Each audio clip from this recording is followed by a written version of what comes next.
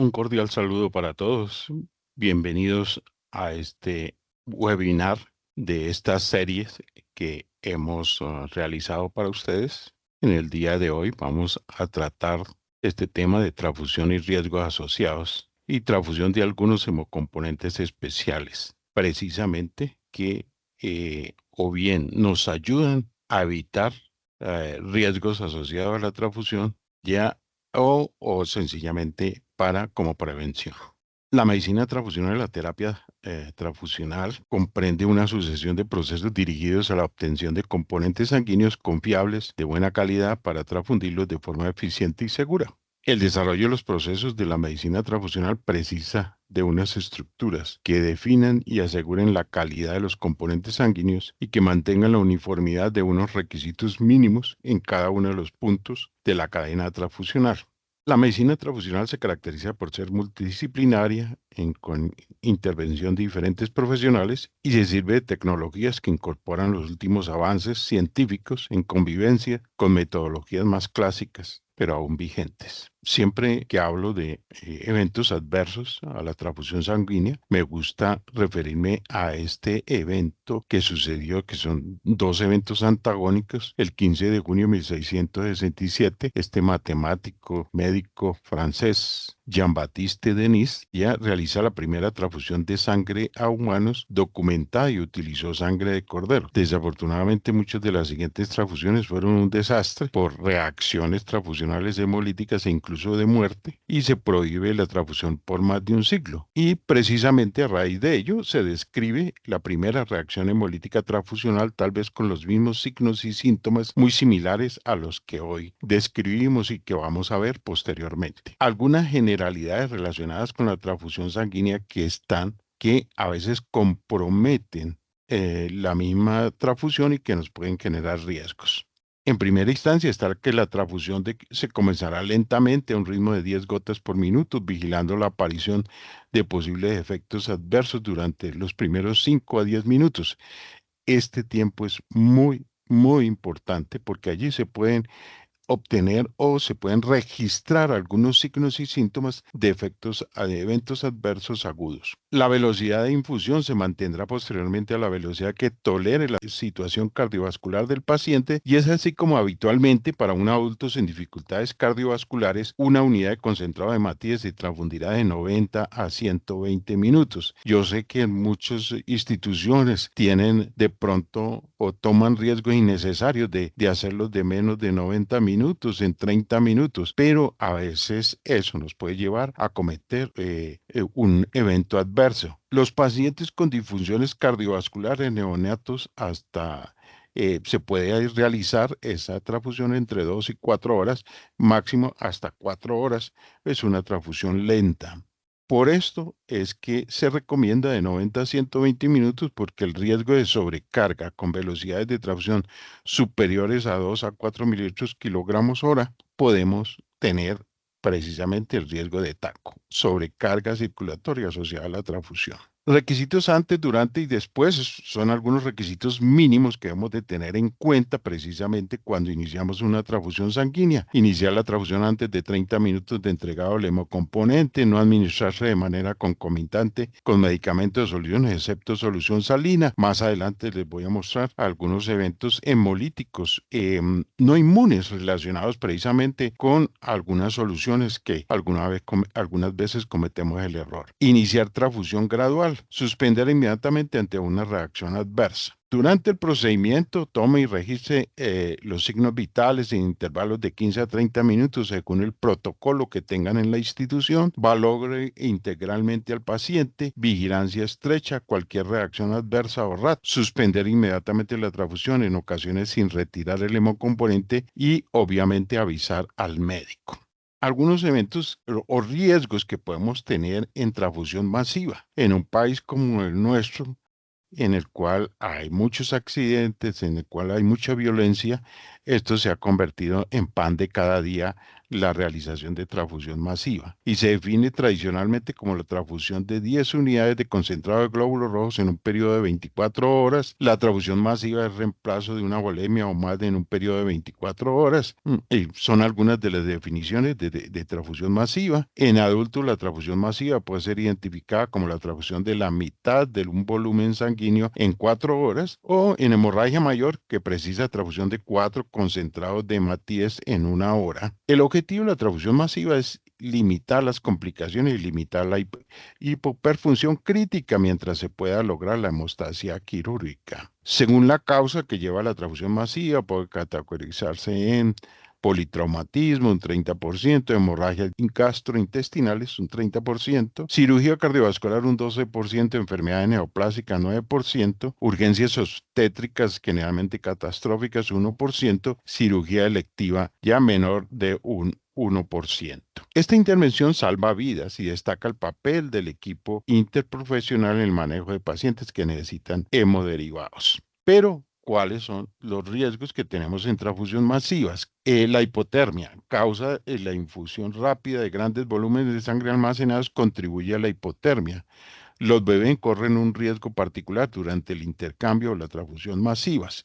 La infusión rápida de volumen considerables de sangre fría pueden hacer descender la temperatura del nódulo inusual a menos de 30 grados y desencadenar una arritmia. El paciente con hemorragia crítica que requiere transfusión masiva se encontró que la mortalidad era más elevada cuando la acidosis, la hipotermia, se presentaban junto con la coagulopatía. A esta combinación se le ha conocido como la triada letal o ciclo vicioso corporal. Dentro de la prevención y manejo se deben usar calentadores de sangre mantenidos adecuadamente durante la transfusión masiva o de intercambio. Las medidas adicionales incluyen calentamiento de otros fluidos intravenosos y el uso de dispositivos para mantener la temperatura corporal del paciente. Aquí tenemos una especie de calentador de paso que generalmente se utiliza en transfusiones convencionales que requieren calentamiento, ¿sí? Como por ejemplo un paciente con anticuerpos fríos. Si un paciente tiene anticuerpos fríos, se hace necesario que hagamos una transfusión a estas temperaturas, a temperatura corporal como lo que vemos acá, de 37 grados. Y a este, que es el que se usa generalmente en transfusión masiva, donde se calientan todos los líquidos, incluyendo los glóbulos rojos,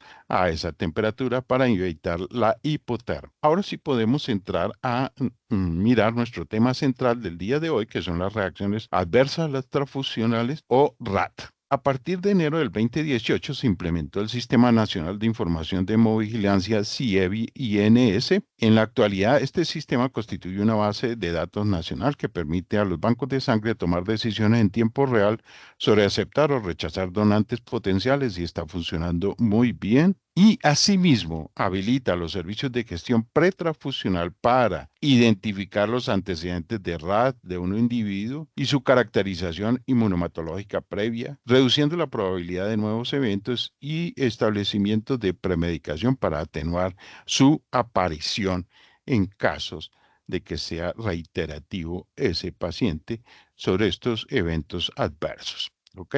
Todo esto está consignado precisamente en nuestro manual de hemovigilancia, la versión 2023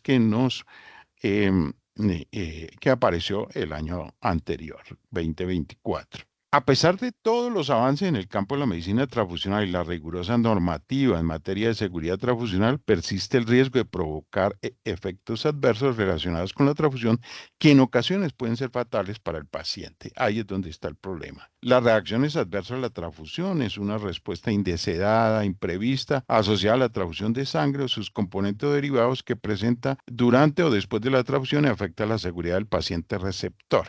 Sí, imprevista, sí. Muchas veces se tiene el paciente, es decir, que no presenta ninguna discrepancia, el rastreo está negativo, las pruebas cruzadas compatibles, en fin, todo, y de todas maneras existe el riesgo de presentar reacciones adversas transfusionales. La reacción adversa a la transfusión son los diferentes efectos adversos provocados por una transfusión en el receptor y pueden ser ligeras como rubor, graves o como la coagulación intravascular diseminada, fallo renal agudo, insuficiencia respiratoria aguda y la muerte. El reconocimiento temprano de síntomas sugestivos de una reacción transfusional y la rápida comunicación al banco de sangre son esenciales. Miremos una clasificación, existen varias, ya a mí me gusta mucho esta que les voy a mostrar, pero antes de ello, miremos las reacciones según el momento de producción, agudas cuando son en menos de las 24 horas, o sea, desde que se inicia la transfusión hasta las 24 horas, se considera que si hay una reacción adversa a la transfusión es aguda, y retardadas después de 24 horas de la transfusión. Generalmente las retardadas, vamos a ver, que están relacionadas más o menos entre aparición de signos y síntomas después de 72 horas. Según la naturaleza de la complicación, desde origen inmunológico o no inmunológico. Y esto es la tabla que les quiero compartir de reacciones inmunológicas inmediatas, donde está en primera instancia reacción hemolítica, reacción febril no hemolítica, reacción alérgica, anafiláctica urticaria, daño pulmonar aguda asociado a la transfusión neutral, y dentro de las tardías está la inmunización, hemólisis, enfermedad de injerto contra huésped, púrpura posttransfusional, inmunomodulación. Estas que tenemos inmediatas, vamos a mirarlas, no podemos verlas todas porque es muy extenso el tema. Generalmente, cuando dictamos este tipo de charlas, las dividimos en dos sesiones, precisamente por la cantidad de eventos adversos que tenemos, pero hoy vamos a ver los principales. Y dentro de las reacciones no inmunológicas está el inmediata, choque séptico, sobrecarga de volumen o taco, hemólisis no inmune, y les voy a presentar glóbulos rojos sobre todo, transmisión de enfermedades virales, bacterianas y o parasitarias, que en esta instancia no las vamos a tocar, pues obviamente tenemos nosotros dentro de nuestro programa de estudio de los donantes, tenemos 7 marcadores precisamente infecciosos y nuestra norma es una de las más exigentes que existen en Sudamérica. La reacción transfusional febril no hemolítica a nivel internacional es la más frecuente, entre 1.000 a 3.000 casos por cada 100.000 unidades transfundidas. En Colombia constituye la segunda causa más reportada. La definición o causas, esta relación se presenta cuando se evidencia en el paciente una fiebre, temperatura oral o equivalente mayor a 38 o mayor a 1 grado del valor basal que se le toma al paciente. Generalmente presenta escalofríos o temblores. Esta reacción se puede acompañar de cefalea y náuseas que se presenta durante o dentro de las 4 horas posteriores a la transfusión. Descartar otra causa, y esto es importante tenerlo en cuenta, tal como la reacción hemolítica transfusional, contaminación bacteriana o alguna condición de base. Sí, ya a veces tenemos esta inconveniente que tenemos un paciente con una temperatura de 38 grados y pues se trata de bajar esa temperatura y no, pero necesita la transfusión. Entonces, la literatura que nos dice se puede iniciar la transfusión, pero se debe controlar ya esa temperatura. En caso, como lo dice acá, de que suba en 1 grado posterior a la temperatura basal, ya se entra a evaluar si se continúa o no se continúa esa transfusión, porque puede estar relacionada que esa elevación sea por la misma transfusión. Esta reacción puede estar presente en ausencia de fiebre, si hay temblor o escalofríos sin fiebre, ya que hay algunas de las causas que están relacionadas con esta reacción transfusional febril no hemolítica y está relacionada precisamente con leucocitos en el donante que van a producir en el receptor activación del complemento y estimulación de los macrófagos del paciente con generación de las interleuquinas, y esto hace que se produzca fiebre en mi paciente. También existe otro mecanismo que está relacionado con los leucocitos en almacenamiento que como producto de su metabolismo producen citoquinas. Ya incluso el plasma interactúa con la bolsa, aumento de C4 y C4, modificadores de la respuesta biológica, y aumentan durante el almacenamiento, y esto hace que al ser transfundido, sobre todo como las plaquetas, pueden generar precisamente estos fenómenos febriles. ¿Ok? El diagnóstico de la reacción febril no hemolítica es un diagnóstico de exclusión. Ante la aparición de fiebre, la transfusión debe detenerse inmediatamente. El paciente debe ser evaluado por el médico para la búsqueda de signos de hemólisis o infección. La fiebre es el signo más frecuente de las reacciones hemolíticas agudas asociadas con la transfusión de hemocomponentes. Cuando existen signos clínicos de infección bacteriana, el médico debe excluir una reacción séptica transfusional, especialmente en transfusiones de plaquetas.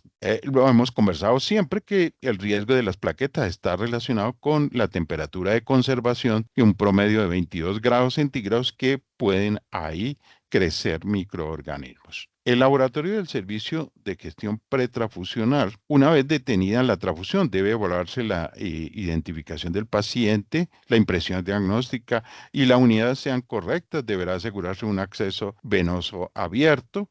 Si la transfusión no continúa, la unidad junto al equipo de infusión y una muestra sanguínea del paciente debe ser enviada. Descartar hemólisis a través de la realización de pruebas de laboratorio, test de antiglobulina directa, chequeo visual del plasma en busca de hemólisis, confirmación del grupo ABO, si es plasma fresco congelado el implicado, se debe realizar la prueba inversa, porque pueden estar implicados anticuerpos en ese plasma o hemolicinas que afectan a mi paciente.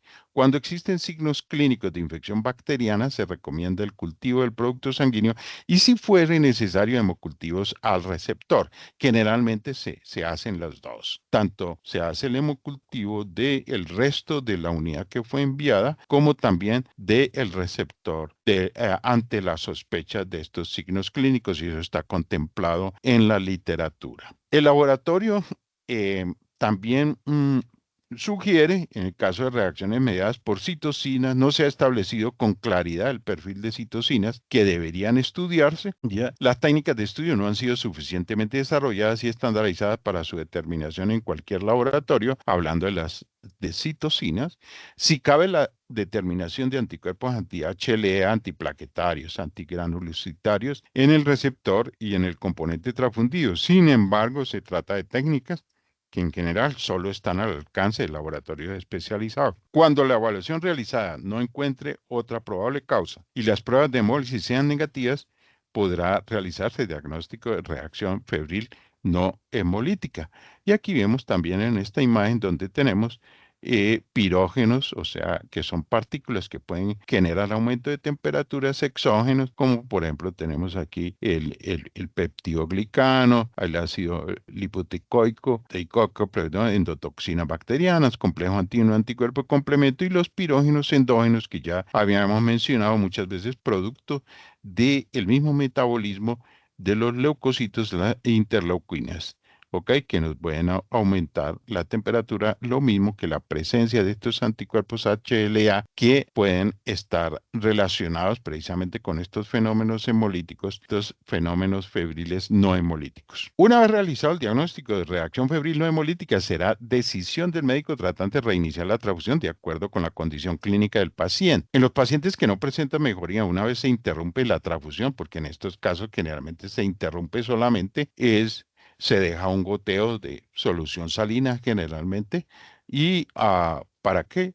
Para ver si se puede continuar la transfusión. Después de administración de antipiréticos que registren una elevación de la temperatura corporal igual a mayor a 2 grados centígrados, existe la posibilidad de una reacción febril no hemolítica o una reacción bacteriana aún no identificada. Esta está en contra de reiniciar la transfusión. Dentro de la prevención está que una proporción de pacientes que tienen reacciones febriles tendrán reacciones similares a las transfusiones posteriores. Muchos se evitan mediante la filtración de leucocitos, ya sea junto a la cama o antes del almacenamiento, leucorreducción universal. Entonces ya tenemos un primer hemocomponente especial que nos evita la generación de reacción febril no hemolítica y es el uso precisamente de hemocomponentes leucorreducidos o filtrados. Las reacciones alérgicas a la transfusión, que es aproximadamente el 1% de los receptores y la causa más frecuente por proteínas plasmáticas extrañas, en raras ocasiones puede asociarse a edema laringio o broncoespasmo, aparece durante o dentro de las 4 horas de realizada la transfusión. Este tipo de reacción alérgica es llamada reacción alérgica menor en muchos sistemas de hemovigilancia. Vamos a ver el mayor, que generalmente está relacionado con choque anafiláctico. El manejo, si la urticaria ocurre aisladamente, sin fiebre, otros signos, reduzca la velocidad o suspenda temporalmente la transfusión. Si los síntomas son molestos, considere administrar un antihistamínico antes de reiniciar la transfusión. Si se asocia con otros síntomas, suspenda la transfusión y proceda a la investigación. Y aquí tenemos que generalmente estas reacciones alérgicas están mediadas, como todos lo sabemos, por la inmunoglobulina E, ¿sí? Pero ante la presencia de un alergeno, y ese alergeno puede estar precisamente en proteínas plasmáticas extrañas, que generalmente son el hemocomponente que más está relacionado con este tipo de eventos adversos, ¿ya? Generalmente producen degranulación de mastocitos, basófilo y generalmente producción de histamina, leucotrienos, citoquinas y quemosinas que nos van a presentar el fenómeno del rash. La alergia es una reacción de hipersensibilidad secundaria, un mecanismo inmunológico desencadenado por un alergeno que estimula la producción de anticuerpos, como ya lo explicamos. Mecanismos dependientes del receptor. El paciente presenta anticuerpos capaces de reaccionar con un alergeno antígeno presente en el componente transfundido, sí. Mecanismos dependientes del donante. Si el componente sanguíneo transfundido contiene anticuerpos o bien los linfocitos procedentes de un donante sensibilizado que provocarán una reacción en el receptor, o lo que hemos denominado también linfocitos pasajeros. Mecanismos dependientes del componente. El componente contiene mediadores biológicos que se acumulan durante el almacenamiento y que son capaces de producir una reacción tipo alérgico. Las reacciones anafilácticas tienen signos de inestabilidad cardiovascular que incluyen hipotensión, taquicardia, pérdida del conocimiento, arritmia cardíaca, shock y paro cardíaco. A veces la afección respiratoria con disnea y estridor es prominente. La causa, en algunos casos, los pacientes con deficiencia de inmunoglobulina A que tienen anticuerpos anti-IgA y pueden tener estas reacciones. En mi caso particular, que ya llevo algunos años dedicado al banco de sangre y la medicina transfusional, no he tenido ningún caso en nuestro país o no conozco la referencia de algún caso. Suspenda inmediatamente relacionado con deficiencia de IgA. Suspende inmediatamente la transfusión. Es posible que se requiera atención de apoyo, incluyendo el manejo de las vías respiratorias. Prevención. Los pacientes con anticuerpos anti-IgA requieren productos sanguíneos especiales con glóbulos rojos lavados y productos de plasma preparados a partir de donantes con deficiencia de IgA. Sí. Esto, pues obviamente, se realiza pues en este tipo de componentes, pues en bancos supremamente especializados precisamente en transfusión sanguínea. ¿Ok? El caso de los glóbulos rojos, si el paciente necesita transfusión y tiene anticuerpos anti-IgA, pues obviamente que vamos a necesitar que esos glóbulos rojos no lleven ninguna cantidad de suero y por lo tanto es unas indicaciones de transfusión de glóbulos rojos lavados. Las reacciones leves o moderadas no requieren la realización de pruebas de laboratorio para restablecer su diagnóstico que se sustenta sobre la base de manifestaciones clínicas. Las reacciones graves de tipo anafiláctico debe excluirse el déficit de IgA. Cuando se sospecha un determinado alergeno, pueden ser necesarias pruebas específicas de hipersensibilidad inmediata y de activación de basófilos inducida por el alergeno sospechoso que deban ser conducidas y realizadas por laboratorios expertos en alergias. Si existen dudas sobre la verdadera naturaleza de la reacción, habrá que realizar todas aquellas pruebas que nos permitan efectuar un diagnóstico diferencial y completo y correcto, priorizando las relacionadas con las sospechas clínicas más probables. Ahora hablemos un poquito precisamente sobre la leucorreducción que nos puede ayudar a disminuir algunos de estos dos eventos, sobre todo los febril no hemolítica. En los últimos 30 años se ha demostrado que la eliminación de glóbulos blancos de los componentes sanguíneos es eficaz para prevenir algunas reacciones adversas, como reacciones transfusionales febriles no hemolíticas, la inmunización contra antígenos leucocitarios humanos HLA, la transmisión de citomegalovirus. Los leucocitos y las citocinas derivados de los leucocitos se asocian con varios resultados adversos a la terapia de la transfusión. La leucorreducción es la reducción de la concentración de glóbulos blancos en los componentes sanguíneos, concentrados de glóbulos rojos, concentrado de plaquetas, plasmas obtenidos de fraccionamiento de sangre completa o aféresis. La leucorreducción, una unidad de sangre entera, generalmente contiene un promedio de 4.5 a 11 mil millones de leucocitos de glóbulos blancos. Es una cantidad enorme. Ya no sé cómo todavía siguen preguntando por glóbulos rojos o estándar, ¿sí? Que pueden tener toda esta cantidad de leucocitos. La leucorreducción, leucofiltración, leucodepleción y desleucocitación son sinónimos y por eso a veces nos confundimos.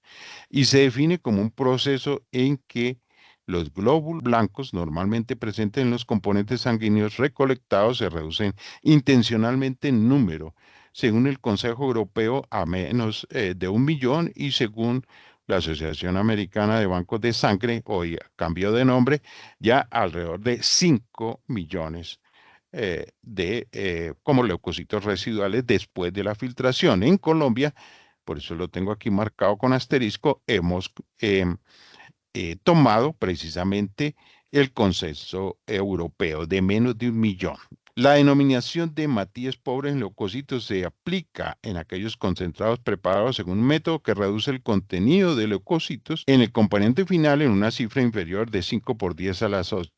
Es por debajo de 500 millones de leucocitos, reteniendo como mínimo el 80% de los hematíes originales. Es decir, que después de la filtración, pues obviamente que tenemos una gran cantidad de glóbulos rojos ya filtrados, ¿ok? Aquí vemos en esta imagen cómo es en una sangre total que tenemos en la parte superior plasma. Aquí tenemos en la parte intermedia leucocitos y plaquetas y a esto se le ha denominado el Buffy coat, ya, y aquí tenemos los hematíes concentrados, ¿ok? Después del fraccionamiento, generalmente se extraemos generalmente esta parte plasmática. En ocasiones nos queda el Buffy coat y posteriormente podemos filtrar estos leucocitos aquí, como lo vemos en esta imagen que tenemos acá, y esos sangre o esos unidades de glóbulos rojos nos salen filtradas o leucorreducidas.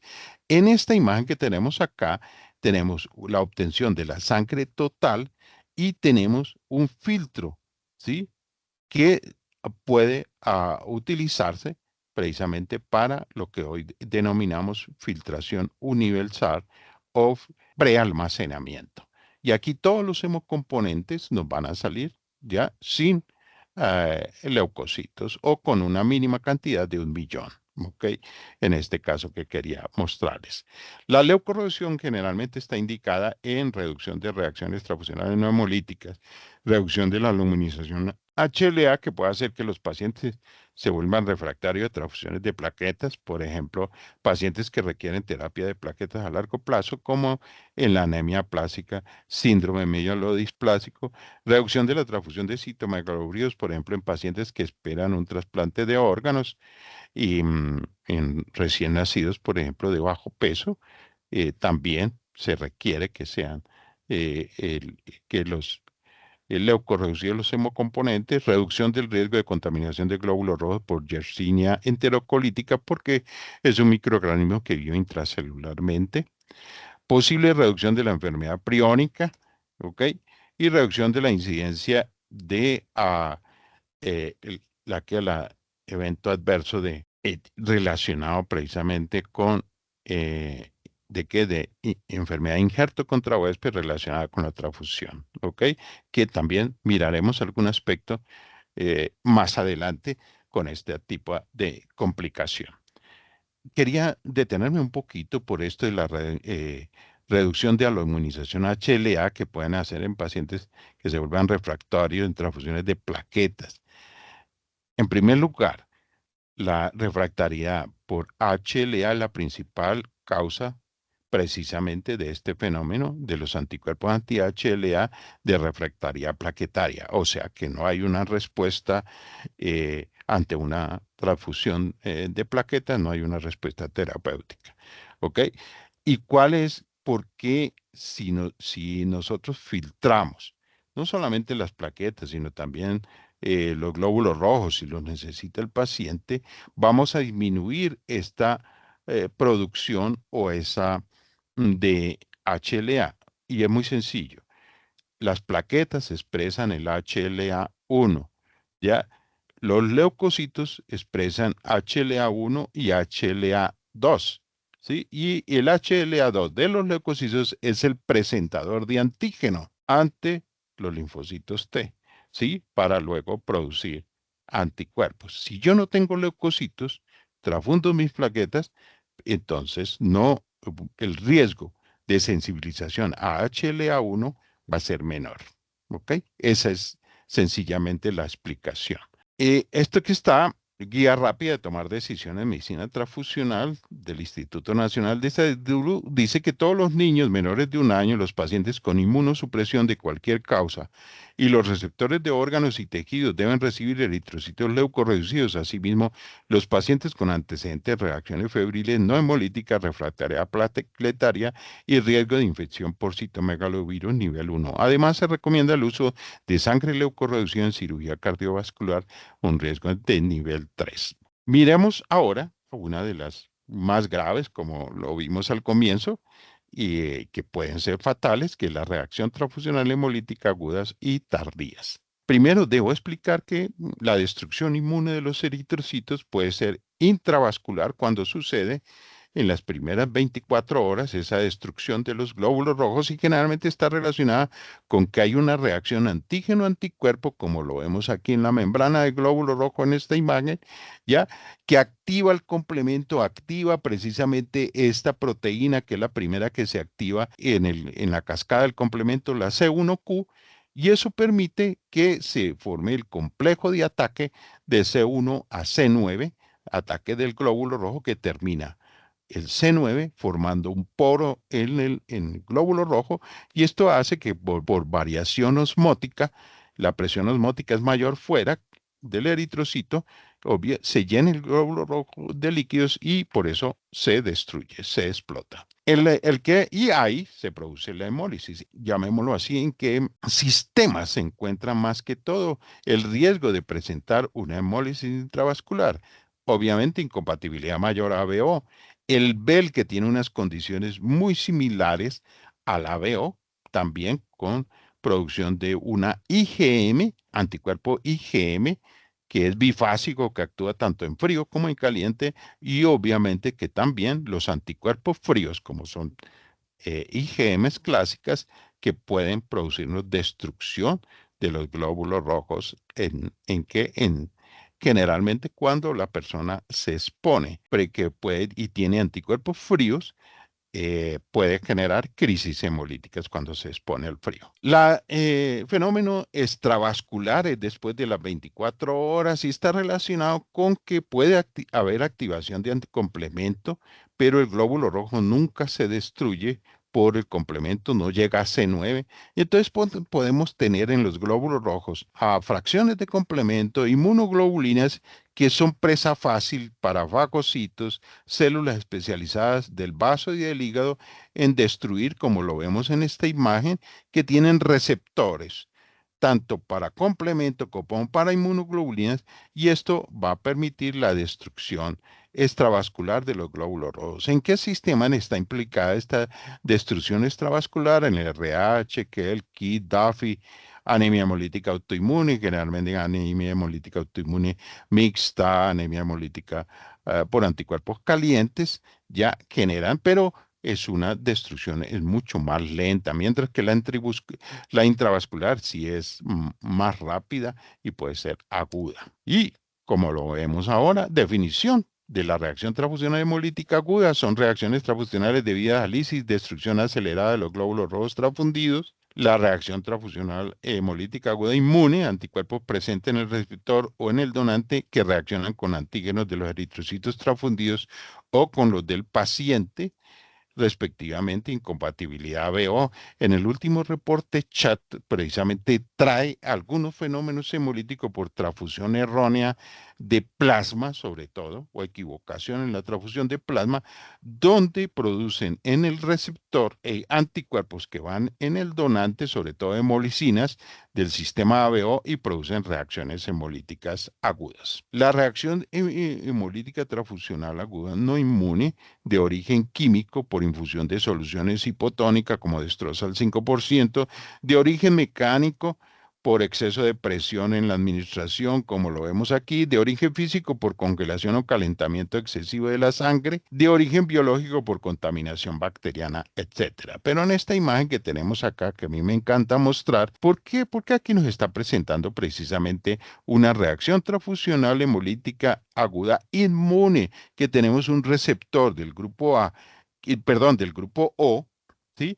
Que por alguna equivocación ya sé que se le están transfundiendo glóbulos rojos A y vemos cómo las primeras que actúan en el mismo lecho vascular son precisamente estas hemolicinas tipo IgM, ya que van a destruir esos glóbulos rojos en el lecho vascular. Desde el punto de vista de las características fisiopatológicas de las reacciones hemolíticas transfusionales agudas, que está referenciada precisamente en este Journal New England, ya nos dice que la incompatibilidad inmunológica entre el donante y receptor provoca el reconocimiento y la unión de antígenos de grupos sanguíneos extraños por la IgM circulante, lo que activa el complemento terminal y conduce a la formación de complejo de ataque de membrana, como lo vemos acá. Mira, la IgM y no solamente puede generar eh, en un solo glóbulo rojo, sino en varios, porque tenemos, mire, varios sitios de unión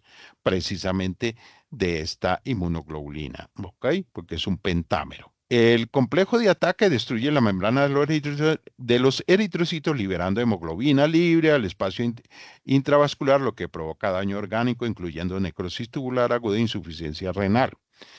Los componentes tempranos de complemento causan daño endotelial y aumento de permeabilidad capilar mediante la activación de mastocitos, polimorfonucleares, monocitos y células endoteliales que liberan citocinas e interleucinas. La 6D se refiere a la coagulación intravascular diseminada y el factor de necrosis tumoral alfa. Como lo vemos acá, son factores que se generan precisamente en estas reacciones hemolíticas transfusionales agudas. Desde el punto de vista de los signos más frecuentes en este tipo de reacción está la triada clásica: fiebre, dolor en el flanco, orina marrón, pero hay un círculo vicioso que se genera y es dolor en el sitio de la infusión, fiebre, escalofrío, dolor retroesternal, disnea, taquicardia, hipotensión, cambios en el estado mental, hemoglobinuria, efecto adverso más grave y causa de muerte evitable asociada a la transfusión más frecuente. La incompatibilidad veo de 1 a 6.000 a 1 en 20.000, según los últimos reportes, por ejemplo, del grupo CHOT. Se caracterizan por fiebre, una caída de la hemoglobina, aumento de bilirrubina y lactato de deshidrogenasa y prueba directa de antiglobulina positiva. Ojo, pero muchas veces, pues lo vamos a ver ahorita en el laboratorio, que puede ser negativa. ¿Por qué? Porque se destruyen todos los glóbulos rojos y obviamente no quedan inmunoglobulinas presentes. Por lo general se presenta dentro de las 24 horas posteriores a la transfusión, hemólisis intravascular en la mayoría de los casos. Nota, suspende inmediatamente la transfusión, notifique urgentemente al servicio de gestión del hospital. Otro paciente también puede haber recibido sangre equivocada y eso es muy cierto, que lo vimos en un webinar anterior, sobre todo de los riesgos que tenemos en el momento de toma de muestras. Entonces, podemos tener hemólisis, falla renal, coagulopatía, vasoactividad y nos puede generar muerte en mi receptor. Las características comunes en las pruebas de laboratorio son hemoglobinemia, hemoglobinuria, disminución de la optoglobina sérica, incremento de la LDH y de la transaminasa, disminución de los niveles de hemoglobina.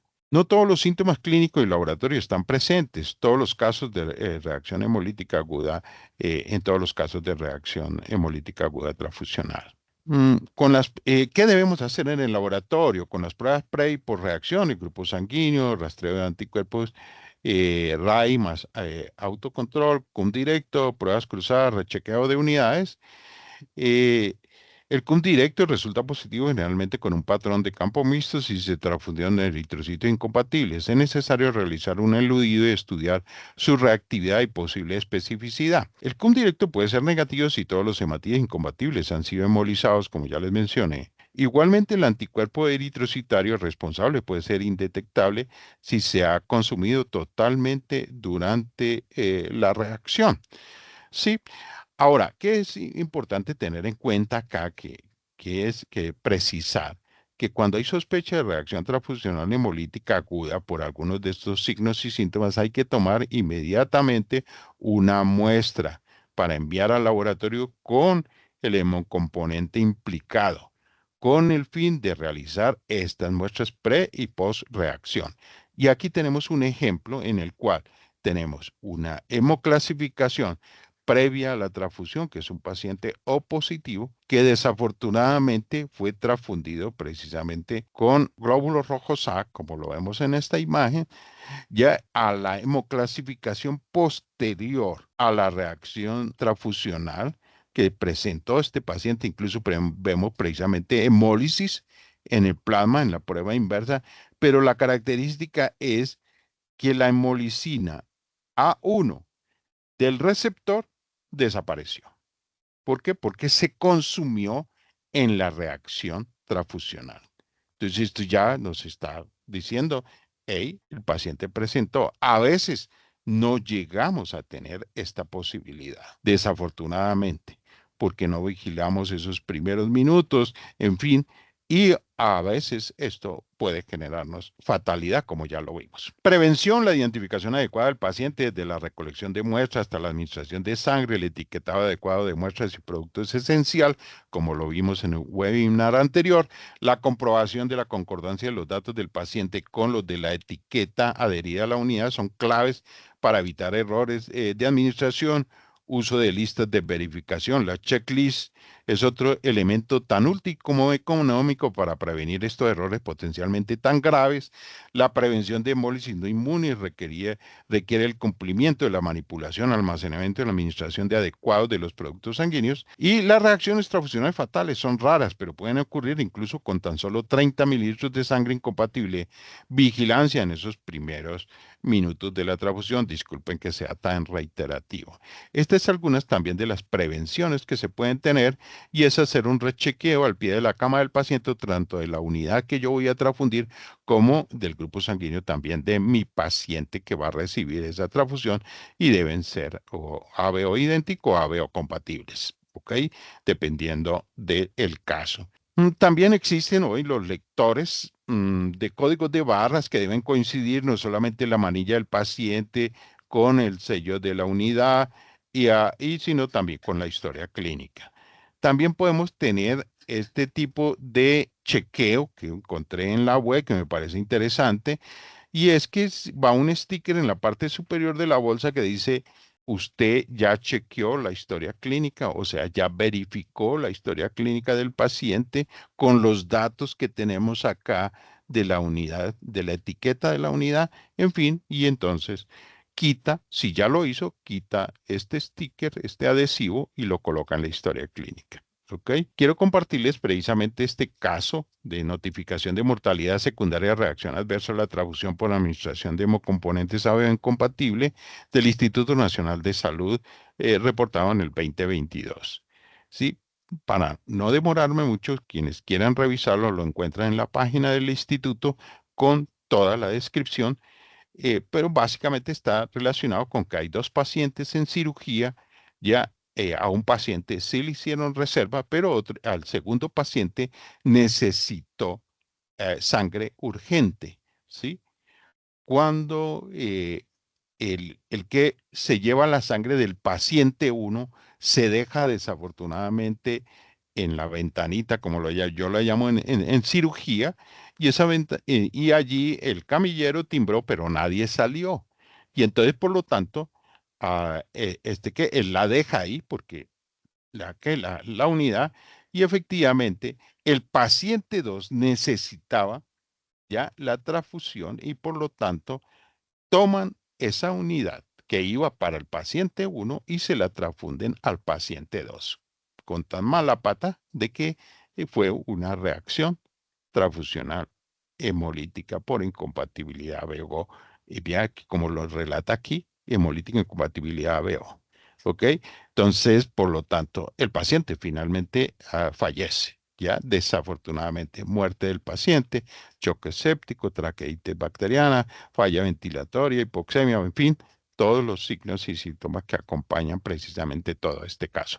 Bueno, tal como se sigue reportando en el mundo, la RAD por incompatibilidad veo suele estar asociada a fallas humanas relacionadas con la identificación del paciente, procesamiento de las muestras unidades a transfundir y transfusión del componente incorrecto. En este caso, se identificó una reacción hemolítica aguda por incompatibilidad BO debido a error en la identificación del paciente. Se formuló un plan de mejora, capacitación del personal sobre la RAD, incompatibilidad BO, intervención del proceso de transfusión en salas de cirugía, módulo virtual acerca de las bases de transfusión segura, socialización de avance en el plan de mejora. Quiero decir que precisamente esto es lo importante de no solamente analizar, reportar las reacciones adversas a la transfusión, sea las que se genere plan de mejora.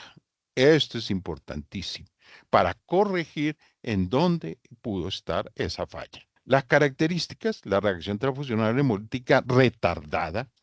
Esta reacción puede provocar una caída inesperada de la hemoglobina entre 3 y 28 días, ya muy alargada, aunque existe un promedio de 9 días después de la transfusión de sangre, hasta 9 días, causada por una respuesta inmune anamnésica, donde los haloanticuerpos de glóbulos rojos aumentan en título y desencadenan la eliminación de glóbulos rojos incompatibles a través de macrófagos esplénicos.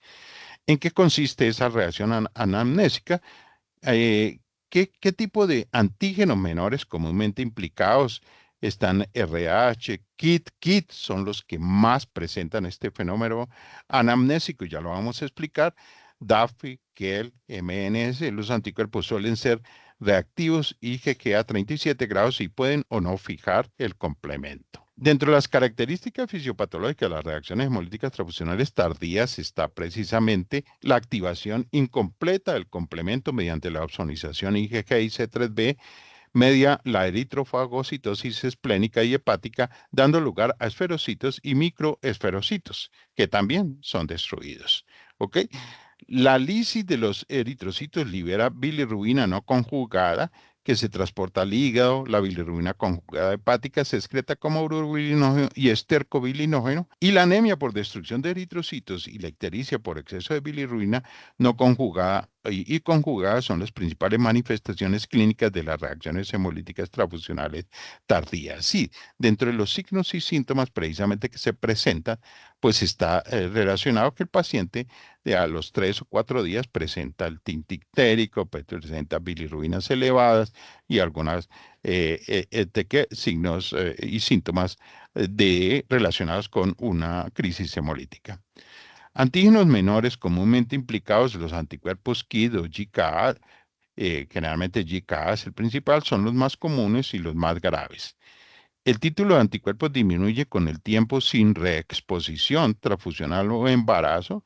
La prueba previa a la transfusión se vuelve negativa y esto está consignado precisamente en este artículo de la revista Blood del 2019.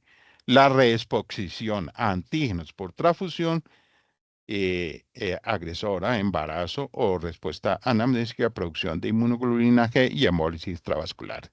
¿Cuál es el punto? Yo tengo mi paciente que presenta en una ocasión rastreo positivo, se le evalúa un kit y ese GK, por ejemplo, JK, se identifica como JK, ¿ya? Y se buscan unidades JK negativo o unidades compatibles, ¿ya? 1 o 2 meses después, el paciente regresa y el rastreo puede estar negativo, la prueba cruzada compatible y si no se verifica, si no se tienen registros anteriores o no se verifica en el paciente ese antecedente, pues obviamente que se va a enviar esa unidad y esa unidad va a servir de estímulo para producir una respuesta anamnésica, o sea, de memoria inmunológica que va a generarnos una reacción transfusional hemolítica retardada. ¿Ok?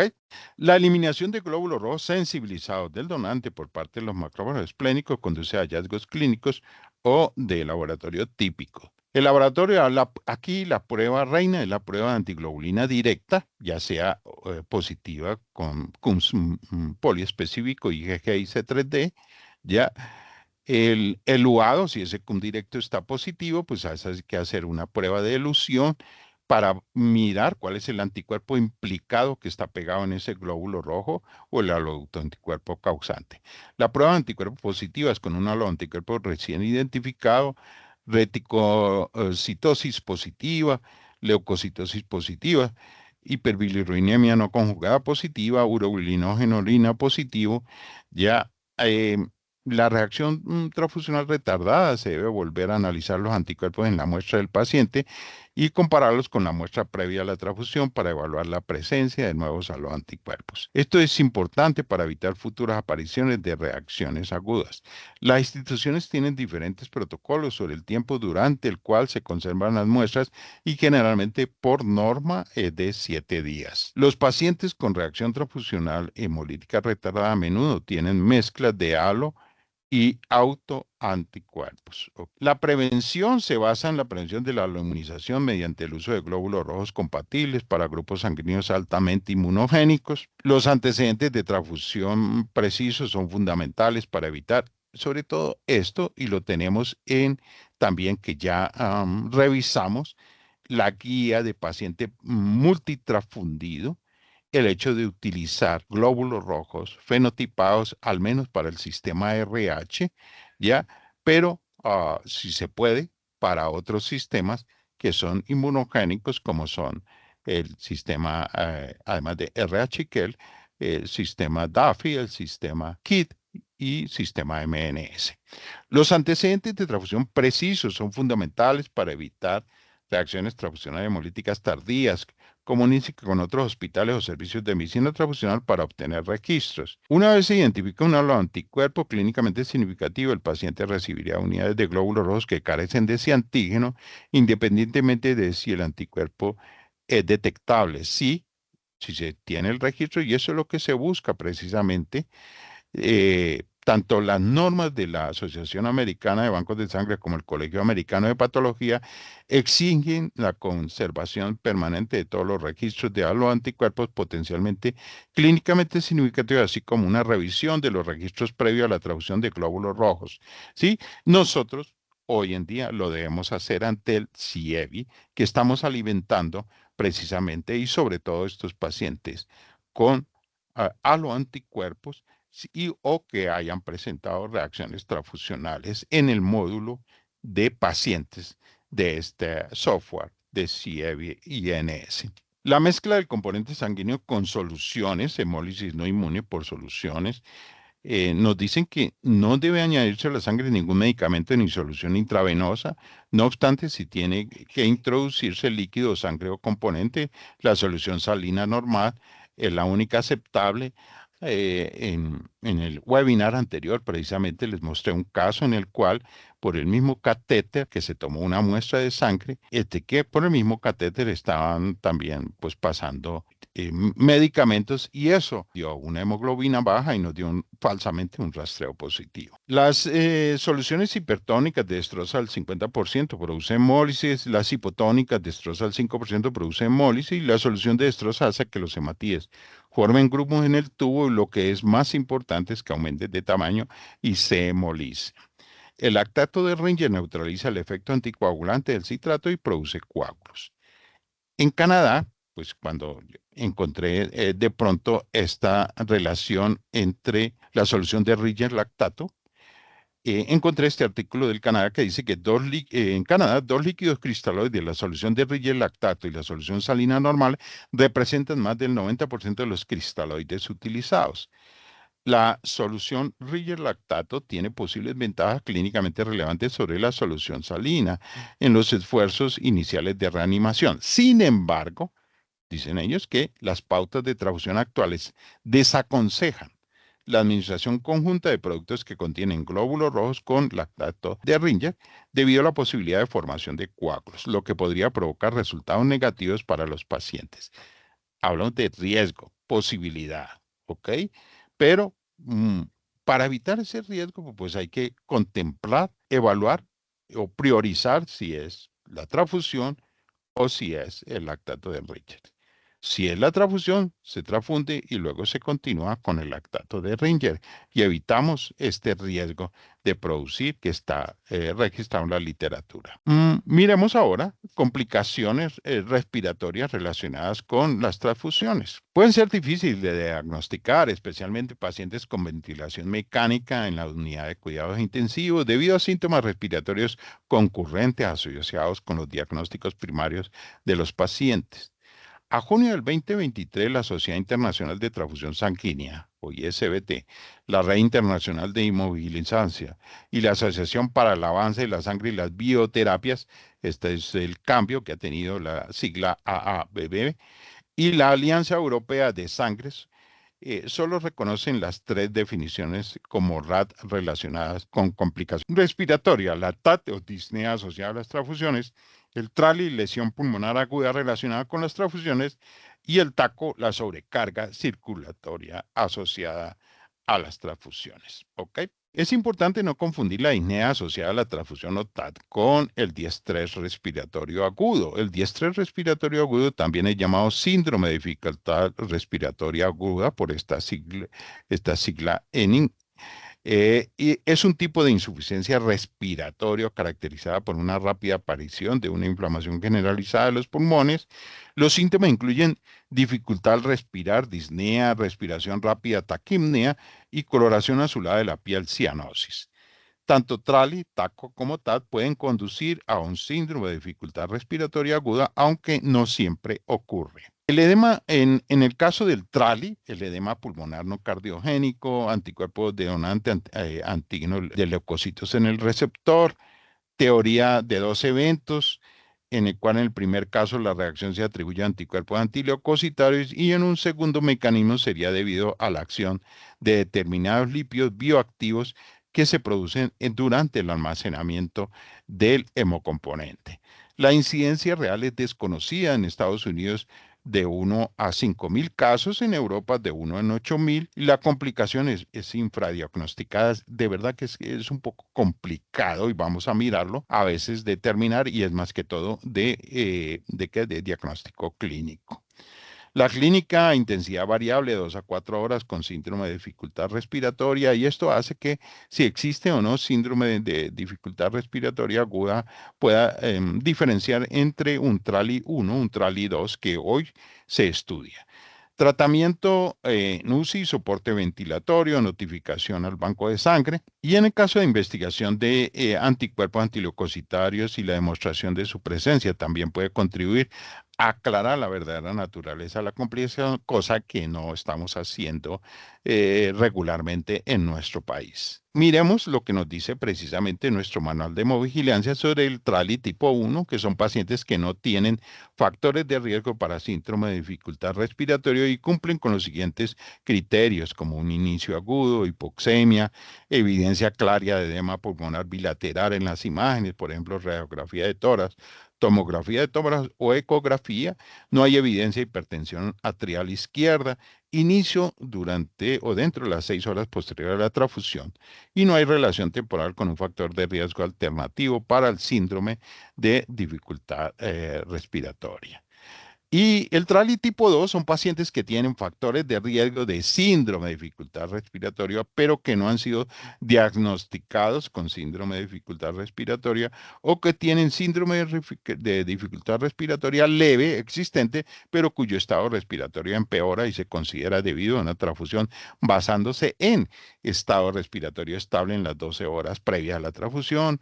Utilice una evaluación objetiva cuando se sospecha hipertensión atrial izquierda, imágenes, por ejemplo, ecocardiografía o medición invasiva utilizando como catéter de la arteria pulmonar. Tenga en cuenta los factores de riesgo del síndrome de dificultad respiratoria directos e indirectos. El laboratorio, cuando se realice una investigación de anticuerpos antileucocitarios, debe llevarse a cabo en un laboratorio especializado.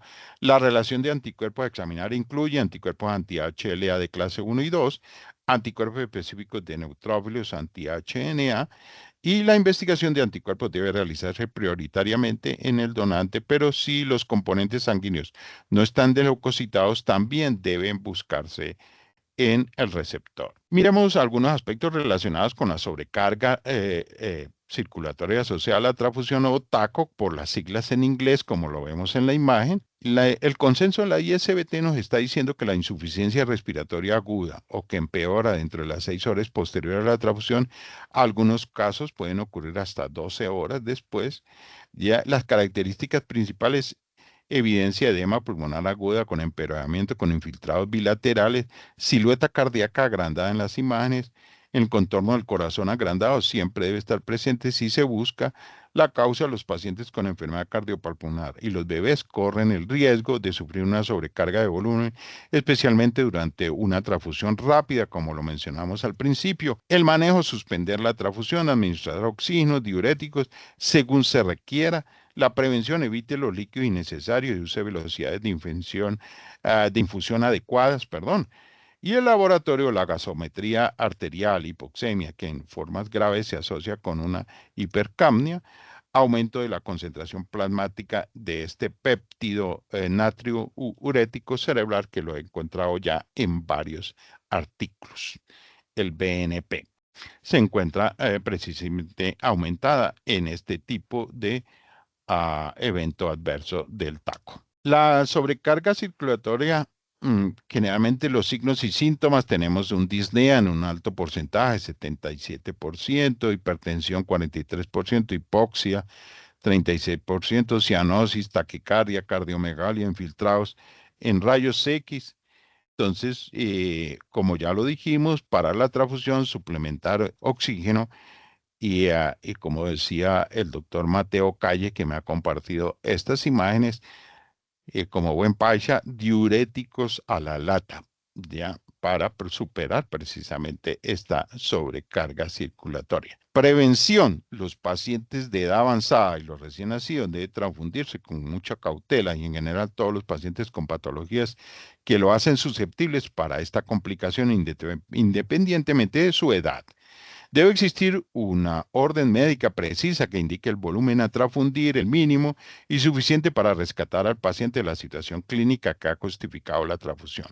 La velocidad del flujo: si se considera indicada la medicación diurética, que puede ayudar y evitar la sobrecarga de líquidos.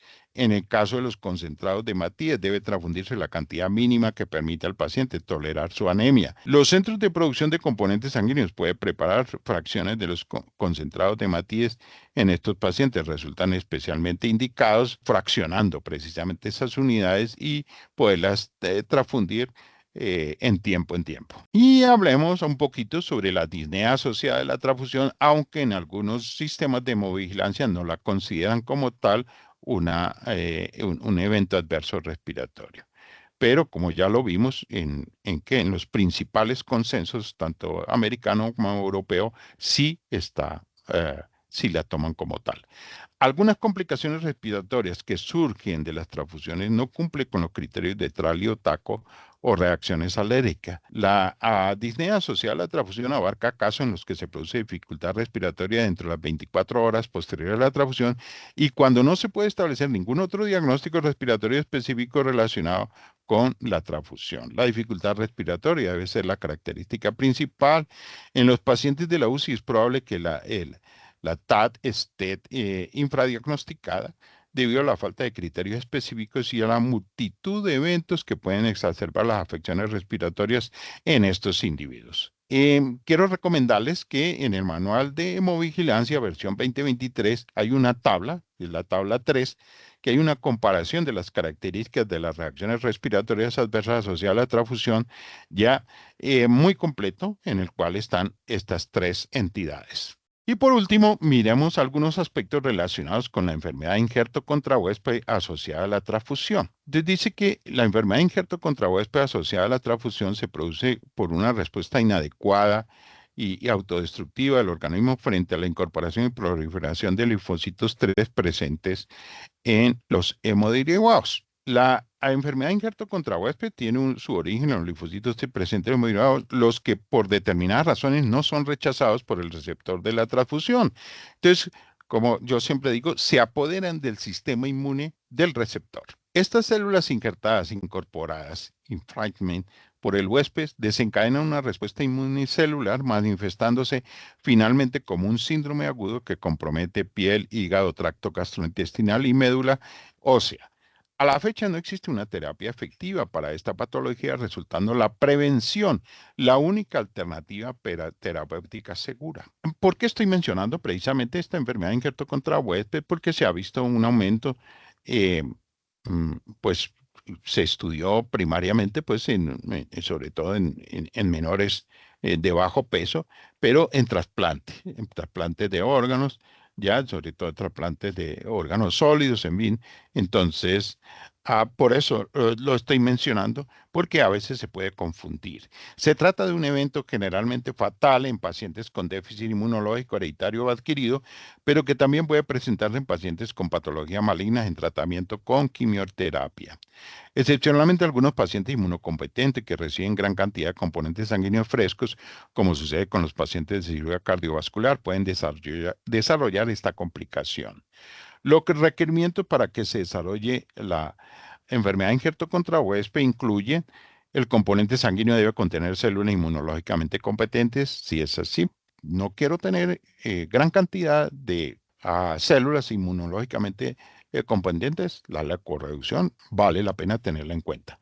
Tanto en el donante como en el receptor deben expresar diferencias en cuanto al complejo mayor o menor de histocompatibilidad y no lo tengo en una diapositiva, pero sí quiero hacer la recomendación de que precisamente antes de que se me pase, que para evitar esta enfermedad, injerto contra huésped por transfusión entre familiares, se debe irradiar ese hemocomponente. En algunas ocasiones, sobre todo cuando se tienen sensibilizaciones por mutaciones de antígenos o antígenos poco comunes, que también los hemos llamado, ya muchas veces ese tipo de mutaciones se generan a nivel familiar y entonces ahí la sangre del familiar es la ideal para hacer esa transfusión de ese paciente o de ese receptor. Pero esos hemocomponentes deben ser irradiados para evitar precisamente la enfermedad injerto contra huésped asociada a la transfusión.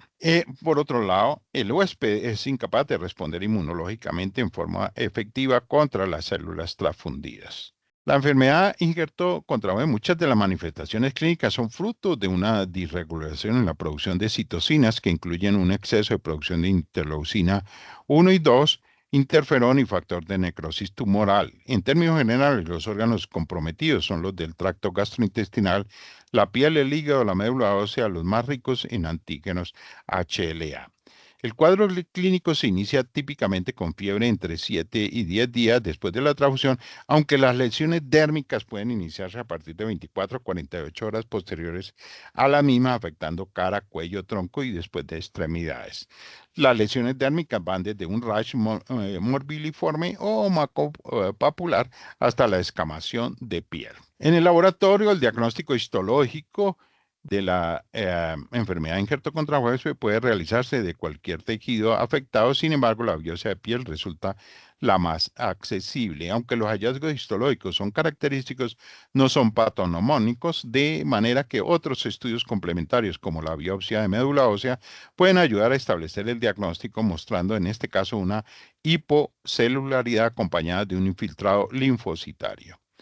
La confirmación diagnóstica para la demostración inequívoca de células o de ADN ajeno a la circulación del huésped y o los infiltrados celulares, ya sea en forma aislada o en forma de quimeras. Para ello pueden emplearse diferentes técnicas, incluyendo tipaje HLA serológico o molecular PCR, citogenética y amplificación genómica. El manual de normas técnicas nos recomienda que transfundir unidades de citomegalovirus negativo en aquellos pacientes al nacer que su peso sea menor de 1.200 gramos, así como en neonatos cuya madre sea citomegalovirus negativo y no se disponga de dicha información.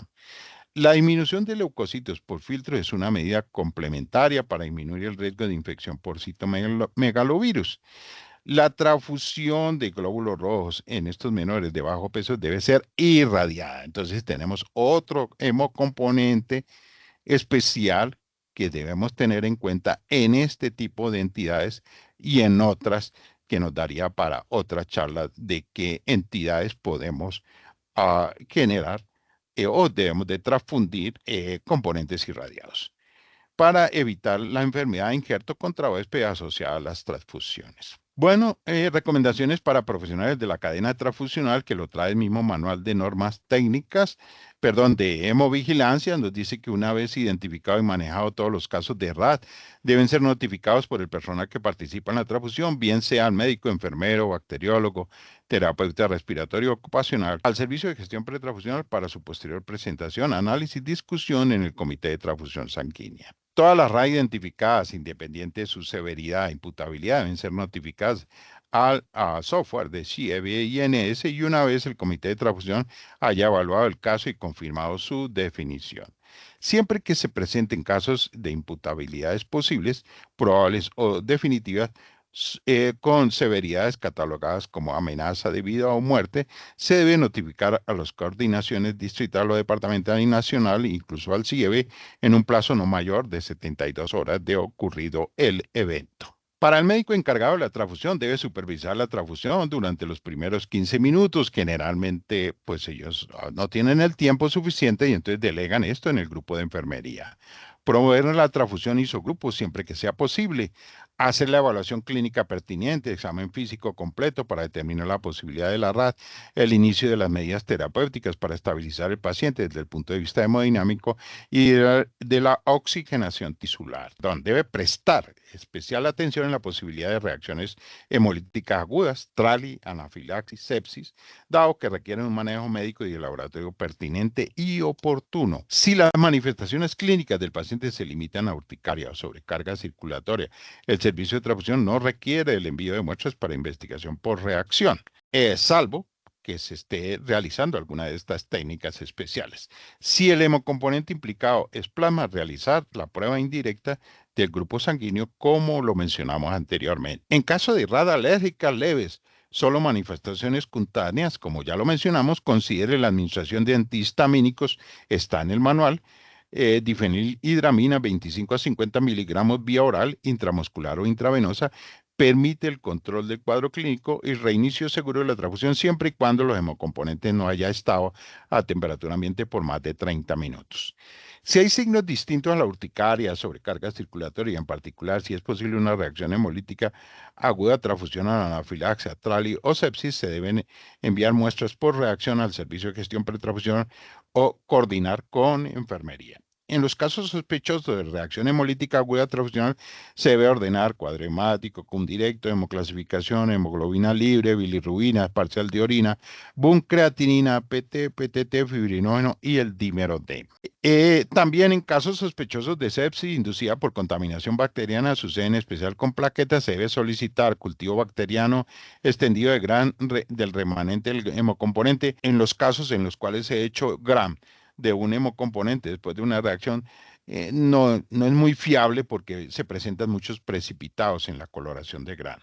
O sea, es mucho mejor lo del hemocultivo, ya que incluso hoy los sistemas nos están reportando desde las 6 horas de incubación si existe o no contaminación bacteriana. También a la posibilidad de hacer hemocultivo en el paciente, PT, PTT, fibrinógeno, dímero D y hemograma. En casos sospechosos de RAD que incluye manifestaciones respiratorias, anafilaxia mitral y radiografía posteroanterior de tórax, gases arteriales, si adicionalmente hay manifestaciones cardiovasculares y está disponible en la institución, se deberá realizar ecocardiograma. Verificar el diligenciamiento del consentimiento informado. Ya hablamos un poco ya anteriormente sobre el consentimiento informado. Registrar, o si no, van a encontrar de pronto relacionado precisamente con el consentimiento informado en nuestra revista RAI. Registrar en la historia clínica los datos relacionados con la indicación de la transfusión, el hemocomponente utilizado, la dosis administrada y las características clínicas de la RAD. Diligenciar el formato de notificación RAD y enviarlo firmado, completo y legible al servicio de medicina transfusional del laboratorio clínico. Explicar al paciente y familiar la reacción que presentó, la necesidad de mencionar siempre ese antecedente y solicitar que el nuevo equipo de salud tratante revise CIEB y INS en busca de pormenores de la RAD y las características inmunohematológicas identificadas en el paciente previamente. El personal del servicio de gestión pretransfusional debe, ¿sí?, rectificar la identificación del paciente, la unidad despachada y de cada uno de los procedimientos realizados como pruebas pretransfusionales. Si hay errores de identificación, marcaje de tubos, confusión de muestras, el médico debe ser notificado inmediatamente y evaluar la posibilidad de que otro paciente esté en riesgo porque se tomó mal la muestra o se equivocó. Inspección visual de hemólisis en el suero o plasma por reacción, comparar la muestra pre-reacción. Las coloraciones rosas pueden sugerir hemólisis y liberación de hemoglobina libre. Con solo 5 o 10 mililitros de eritrocitos hemolizados se presenta hemoglobinemia visible. La destrucción puede ser secundaria a reacciones inmunes del paciente o desviaciones en los procesos de administración de los eritrocitos, hemólisis mecánica, calentamiento inapropiado, presión excesiva u otras causas. Pueden incluir la mioglobinemia en pacientes con trauma severo y la lesión muscular. Si la muestra se toma de 5 a 7 horas después de la reacción hemolítica, el plasma puede aparecer ictérico por presencia de bilirrubinas. El incremento en la prueba de bilirrubinas se presenta al cabo de 1 hora por reacción, alcanza un pico de 5 a 7 horas y desaparece al cabo de 24 horas. El análisis de la muestra de orina es clave para diferenciar entre hematuria, hemoglobinuria, mioglobinuria. En el caso de la RAD hemolítica aguda se presenta hemoglobinuria. Realizar prueba de antiglobulina directa en la muestra del tubo anticoagulado. Si la reacción es positiva, repetir el CUM directo en la muestra pretransfusional y comparar. Si se transfundieron eritrocitos incompatibles, el resultado será francamente positivo. La aglutinación en campo mixto se observa en casos de una destrucción no inmediata y las hemólisis no inmunes dan resultados negativos, daño mecánico o calentamiento o por calentamiento. También realizar pruebas ABO y RH en las muestras pre y post reacción, como ya lo mencionamos, del paciente y la sangre de la unidad de sus elementos. Si no hay coincidencia, ha habido un error en la prueba o identificación de la muestra o la bolsa. Realizar pruebas de pesquisa de anticuerpo pre y post reacción. Si se detecta un anticuerpo que antes no había sido detectado, este se debe identificar. Las razones de lo anterior pueden ser error de identificación de muestra, producción anamnésica de anticuerpos después de la transfusión reciente, menos probable transferencia pasiva de anticuerpos en una transfusión reciente. Repetir las pruebas cruzadas en CUMS, una prueba cruzada incompatible con prueba de tamización de anticuerpos negativos puede indicar la presencia de anticuerpos dirigidos contra antígenos de baja frecuencia. Realizar hemogramas seriados para diligenciar el incremento o decremento de los valores de hemoglobina o hematocrito. Es deseable la realización de marcadores serológicos de hemólisis que incluyen hemoglobina libre, LDH, bilirrubina y aptoglobina. Examinar la sangre remanente en la unidad para evidenciar hemólisis. En caso de reacción anafiláctica, es deseable en la investigación presencia de anticuerpos anti-IgA o en pacientes con esta deficiencia el poder realizar precisamente estudios de que no tienen la producción de esta inmunoglobulina IgA. Examinar la unidad de vuelta al servicio de gestión pretransfusional para anormalidades en la apariencia, coágulos, opacidades, revisar las posibles acciones que se puedan implementar. Si la presentación clínica sugiere sepsis bacteriana transfusional, se debe realizar la tinción, como ya les dijimos, y el cultivo. En casos sospechosos de trálisis, se debe realizar anticuerpos anti-HLA, cosa que desafortunadamente solamente estamos haciendo para trasplante. ¿Ya? Si cualquiera de las pruebas mencionadas arriba es positiva, se debe sospechar una reacción hemolítica aguda, aun sin las pruebas de compatibilidad no muestren errores. La posibilidad de la reacción hemolítica aguda se debe seguir considerando si la clínica del paciente es consistente con esta reacción. El médico tratante o el servicio de medicina transfusional seguirá todo el proceso de investigación y conclusión del caso. Y esto que ya lo habíamos mencionado para los médicos también es importante desde el punto de vista en el servicio de gestión pretransfusional, la consulta en CIEBI en busca de pormenores de una RAD anterior que pudo haber presentado ese paciente o de algunos reportes inmunohematológicos. Estos reportes en Colombia, CHOT, solo quiero referirme a que de este periodo del 2018 al 2022 y tenemos que en primera instancia el tipo de RAS de los reportes: alérgica, febril no hemolítica, sobrecarga circulatoria. En un tercer lugar, complicación no clasificada, disnea asociada a la transfusión, hipotensión, trali, y aquí tenemos precisamente hemolítica aguda con 62 casos reportados precisamente en este periodo, ¿ok? Y en el caso del CHOT, ya del 2023, tenemos el CHOT, pues es la sigla de los ingleses, el grupo de hemovigilancia inglés, en el cual habla sobre eventos importantes relacionados a la transfusión sanguínea. Y están en un solo grupo: reacciones febriles, alérgicas e hipotensivas, que son la mayor cantidad de los reportes, seguidamente del TACO, reacciones hemolíticas transfusionales, retrasos en la transfusión sanguínea. Esto es importante hacer caer en cuenta que muchas veces los retrasos se están midiendo porque son causas en riesgo de muerte de paciente por no conseguir la unidad compatible, porque el médico, por ejemplo, hay en casos en los cuales se resiste a transfundir sangre positiva a un receptor negativo para salvarle la vida. En fin, esto hoy día se está midiendo. Reacción pulmonar no TACO 10, en fin, ok. Entonces, ahí tenemos estos reportes a nivel internacional y reportes nuestros que hoy se están haciendo. Referencias y consultas: no olviden siempre a consultar la guía práctica clínica basada en la evidencia para el uso de componentes sanguíneos y hemocomponentes al Ministerio de Salud, publicada en el 2017. Es un buen documento que nos puede ayudar no solamente a generar protocolos de transfusión en nuestros, sino también protocolos de estudio en caso de eventos adversos o de evitarlos. Guía rápida para tomar decisiones en medicina transfusional: es un manualito que está precisamente colgado en la página del Instituto Nacional de Salud, en la parte de bancos de sangre y en la dirección de bancos de sangre y servicios de transfusión de gestión pretransfusional. En el caso de mis colegas, siempre les recomiendo, si van a consultar el manual de normas técnicas, consulten ya del diario oficial del Ministerio de Salud Pública. Están en la página del ministerio y lo pueden bajar. Manual de hemovigilancia, versión 2023, y aquí tenemos uno que ya vimos, que al principio de este ciclo: lineamiento nacional de seguimiento a la población multitransfundida. Ok.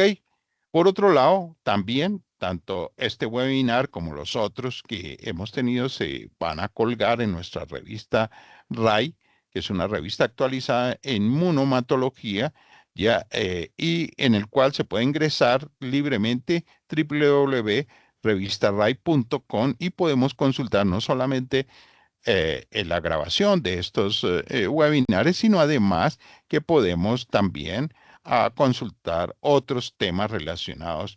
Si tienes alguna pregunta, pues la resolveremos seguidamente, o también nos pueden escribir.